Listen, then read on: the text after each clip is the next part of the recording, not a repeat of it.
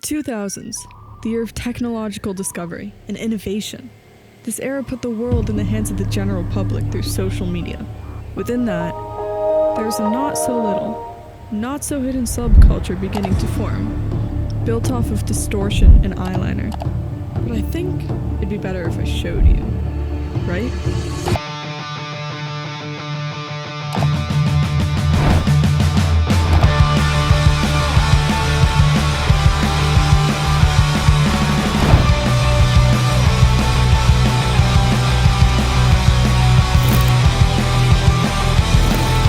Who are you?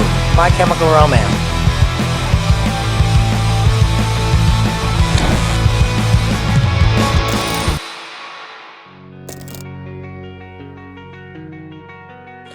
The 2000s were revolutionary to alternative music. But before that, we had 90s bands like Jimmy Eat World, The Used, and Blink-182. Rewriting the rules and fusing punk energy with emotional honesty. Where are you? The 2000s didn't invent emotion in rock, it just gave it a platform and an internet connection. As the world faded out of the 90s, well known as the era for grunge and punk music, technology overcame the 2000s scare What date is a computer going to think it is when we get to 2000? and started to spread vastly into the hands of the general public.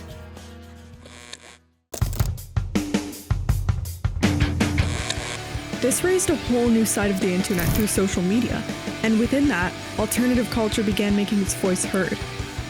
Teenagers in the alternative music scene started to get more into platforms such as MySpace. With this, breakout bands had a whole new world of marketing to appeal to, and thus began a new era.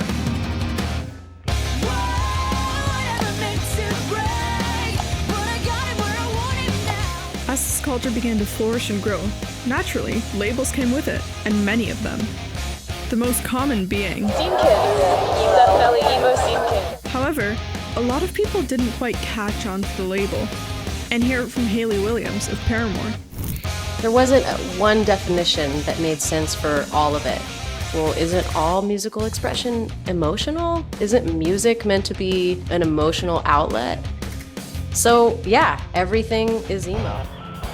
Although many don't consider this wave of emo music real emo, it was the era that introduced it to the world through a commercial peak, and it was chaos, in the best way. Mainstream alternative bands at the time were taking storm. Fall Out Boy blended catchy pop punk hooks with self-aware lyrics, resonating with fans.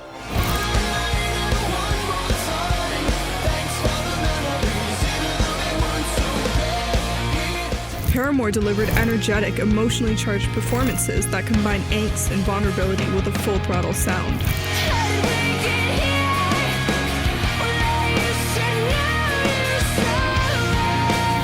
Panic at the Disco gave emo a theatrical element and thrived live on stage covered in plush velvets and flooded in stringed instruments.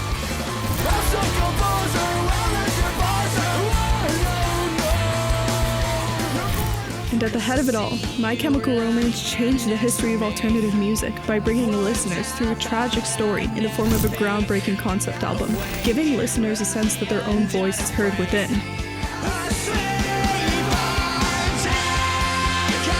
And those bands were only the Billboard charting surface. Within the genre, thousands of bands began making the same path through smaller venues and homemade CDs. Within all of these bands, there was one common theme, each one saying the same message in different words. You are not alone.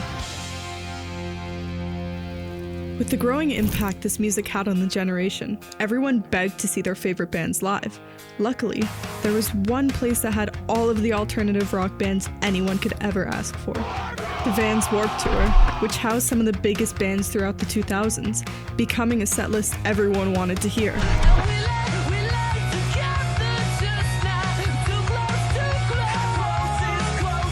At this time, band tees and studded belts became the uniform, and on MySpace, your top 8 wasn't just friends, it was a social statement. This was more than music. For a generation raised online, alt-rock became their therapy. Within this music was freedom and acknowledgement that these teens had been searching for.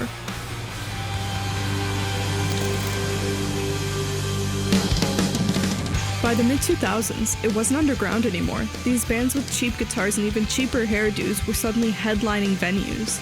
with the Black Parade turning My Chemical Romance from a basement band into a global phenomenon. Debuting at number 2 on the Billboard 200s and selling out arenas worldwide. Even Green Day reclaimed the top spot with American Idiot at number 1. The world realized this genre wasn't just a gimmick, it was a movement. Being loud, emotional, and unapologetically yourself wasn't just accepted, it was celebrated across radios, bedrooms, and packed arenas. Alt had conquered the charts and culture, but beneath the energy, cracks began to form. Because when Teenage Rebellion becomes a mainstream brand for companies to capitalize off of, something gets lost. By the early 2010s, the culture started to fade away. EDM and pop music took over the charts again as the world started to move on. Bands were breaking up front and center, along with some bands losing their charm or just maturing to different genres, with some trying to become Broadway actors? Yikes. With the lack of interest in the genre, the Vans' Warped Tour didn't actually have those big names to headline the shows, leading to a steady decline in their attendance and a lack of interest. On top of all this, even MySpace hit a steep decline when it started to compete with Facebook. The energy of this generation was fading away. They began to grow up and forget about the culture, with CDs and clothes being stuffed away into a box to be donated.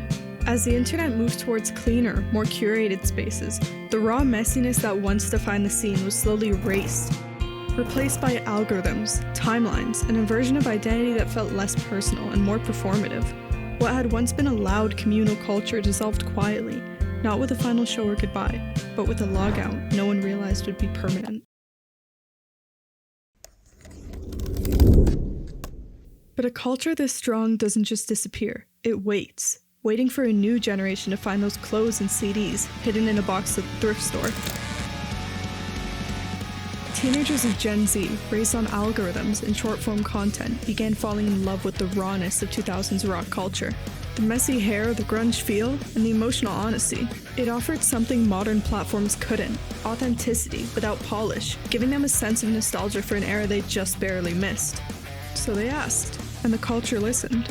What was once boxed away began to resurface. My Chemical Romance returned to stage, not as a nostalgia act, but as proof that the music still mattered.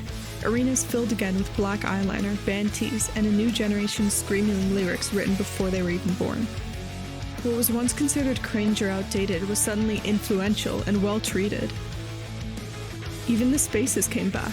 The Vans' Warped Tour, symbol of sweaty summers and discovery, announced their return, reminding fans that this culture was never meant to live online, it was meant to be physical. At the time, emo's influence began showing up in modern pop music. Artists outside of the rock scene such as Olivia Rodrigo and Billie Eilish started borrowing its confessional lyrics, dramatic melodies, and emotional vulnerability, proving that the genre didn't just survive, it inspired. The sound that once lived in basements was now shaping the mainstream. The survival wasn't about going back, it was about realizing it never really left. Emo music was constantly dismissed as too loud, too emotional, and too dramatic, written off as a phase rather than a form of expression. But that intensity was never a flaw. That was the point. All this to say, there will always be that group of expressive teenagers wanting to be heard, finding themselves in distorted guitars, handwritten lyrics, and crowded rooms where no one feels alone.